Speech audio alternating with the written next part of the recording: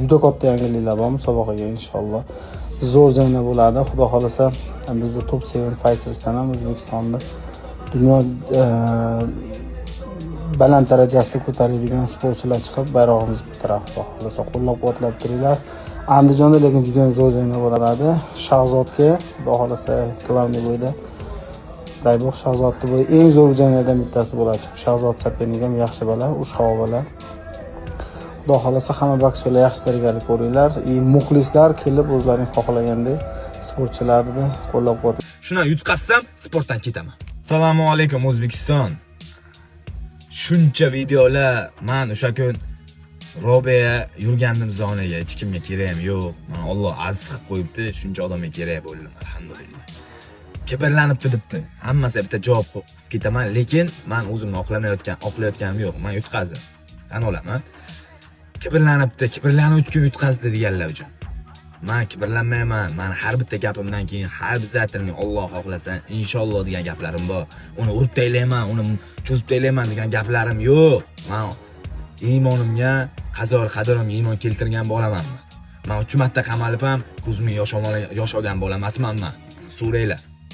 Men nimaga yosh oldim? Meni ko'rib turgan yosh bolalar, onaxonlar meni ko'rib turib, achingan ishonchini oqlay olmaganim uchun ko'zimga yosh oldi.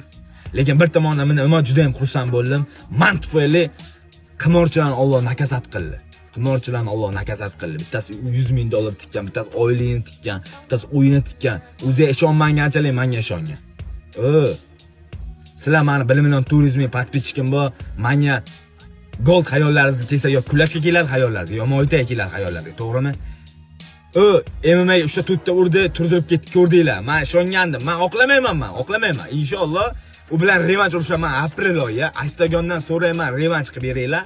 Aprel oyi revanch urushaman. Agar sportda shundan yutqazsam, revanchga shundan yutqazsam sportdan ketaman. Men sizlarga mana endi va'da berib aytaman. Inshaalloh shundan yutqazsam sportdan ketaman. Men sotilayotgan bola emasman. Men bittasi kishilar sotgan, bunday urush bilarsiz, unaqa urush qilmayman men. Siz ham bilasiz, men ham bilaman, unaqa urush qilmayman. Lekin men sotilayotgan bola emasman. Sotilmaganimni nimadan isbotlab beray, bilasizmi? Meni akam bor. 5 mahal namozga men nimaga sotilmaganimni mana isbotlab beraman men. Men endi bilasizlar, men pulga sotilmasligimni. Men O'zbekiston bayrog'ini yerga tushirib qo'ymayman men.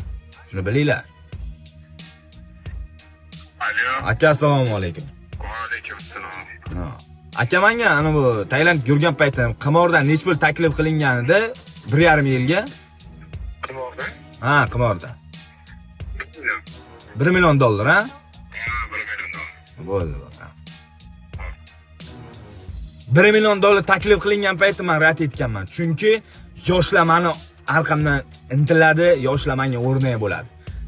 Men agar pul uchun bo'layotgan bo'lsa, men ko'p narsa qilib o'rgan bo'lardim. $1 million olib, men sportda ham taylab dashib ketgan bo'lardim. Yo'q, menga yoshlar o'rnak bo'lsin. Mendan keyin yosh avlod meni ko'rgan paytda menga ko'mir bo'lsin, meni ko'rsin degan nisbatan qilganman. Hozir aktivistlar chiqqan, men urushaman, u bilan men urushaman, aktivistlar borda foydalanadi. Yo'q, u men bilan revanch qiladi, shundan yutqazsam sport tashlayman. Bitta muxlis bo'lar ekan, 10,000 tani o'rnini bosayotgan muxlis bo'lar ekan. Shunaqa muxlislarim bor ekan, ko'rib chiqib juda xursand bo'laman. Sizlar men bilan qoling. Agar menga yaxshi ko'rmasa, meni yomon ko'rib qolgan bo'lsa, ishonchsiz oqlay olmagan bo'lsa, meni choniga tiqib taylayman, ko'rmang. Lekin meni yurakda muxlislarim bor, men bilan qoladi u oxirigacha. Sizlar bilan inshaalloh men sizlarga va'da beraman. Sizlarga gold va'da beryapti. Gold gapirishi, turishi shunaqa bo'lib o'ladi. Men sizlarni yaxshi ko'raman O'zbekiston. Sizlar bilan qolaman. Yurakdan gapiraman bu narsalarni. Revanchga inshaalloh men endi katta gapiraman. O'tsabar katta gapirmadim. Endi katta gapiraman. Bo'yinni so'rib olaman. Aprel oyini kutinglar va Oktagondan so'raymiz. Sog' bo'ling va salomat bo'ling. Sizlarni yaxshi ko'raman.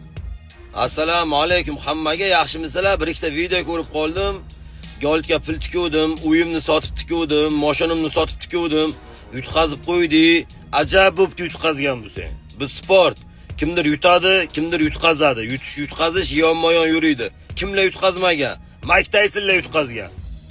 Goldkam yana ham kuchli bo'lib qaytadi. Yana ham sizlarga va'da beraman men. Yana ham kuchli bo'lib qaytadi.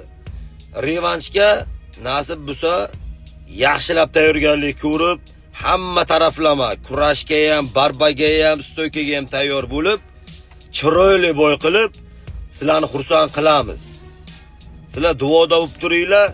Boshqa tema qolmadi lekin ha. Instagramga kirsang faqat ukamni temasi. Hammang gapirib chiqding.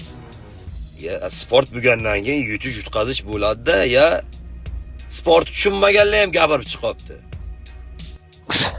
Oshna Gold Boy haqida fikringizni bildirib qo'ying-ki, odamlar aytayapti, ko'pchilik aytayapti, boy sotilgan deyapti. Bu bilganlar bilyaptiki, bu boy 100% sotilgan. Ya'ni Gold uni 100 urib keldi bolalar. Gold formasi, Gold fizikasi bilan uni solishtiradigan bo'lsangiz, u boyni prosta ko'rib ham aqli yetgan odam, sport tushungan odam biladi. To'shto shans, nechta shans bo'ldi uni chiqib ketishiga. Uni missiyasi kirish kerak edi, yutkazib berish kerak edi. Oktagonni professional. Nu qo'liga 100 ming, 200 ming bergan, uni kirasan, yutkazasan. Undan oldin show qilgan odamlar qiziqtirgan, Bes O'zbekiston Goldga tikkan, oxirida XBet yutib ketyapti. Bundan maqsad nima? Unaqa qilib aldash. Gold ham tirikchilik deb yuribdi. Pul qilish maqsad, Oktagon ham pul qilish maqsadi. Kontora ham. XBet ham. Xalq prosta ishonib qoldi, boshqa qildi. Endi men sizlarga davomini aytib beraman. Revansh bo'ladi yoki nimadir bo'ladi. U bilan qayta tushadi, uni yeb chiqib yuboradi bu safar. Bunda prosta odamlar 200% Goldga ishonganidan, xalq ishongandan. Oktagon bilan XBet foydalanib qoldi Golddan. Goldga 1-2 ming bergan, tirikchilik qilgan. Men uni qoralayman boshqa qilman. Bu show, bu как бы boshqa narsa. Prosta sizlarga aytmoqchi bo'lganim Golddan nima desa bo'ladi? Hate qilib Gold yutkizding, shuncha gapirganing boshqa. Uni missiyasi shu edi, shu narsa bo'ldi bolalar. Tak что hamma narsaga ham ishonavermanglar. Sizlarga po fakt keltirib qo'yaman, xohlasanglar bo'ylargacha agar davomini xohlasanglar keltirib qo'yaman. To что u Gold uni 100% urib o'ldirib qo'yish. Urveni bor edi, formasi ham bor edi. U yerda prosta kontorani ishi bo'ldi. Sizcha boy sotilgan? 100% sotilgan. Rahmat. Gold ham oyligini olgan, gonorarini chiqqan, o'zini missiyasini bajargan. Так что xalq Golddan shubhalanib yurmanglar, Gold tak urib qo'yadi uni. Revanshini kutinglar, revanshni uradi. Endi tikinglar yutadi.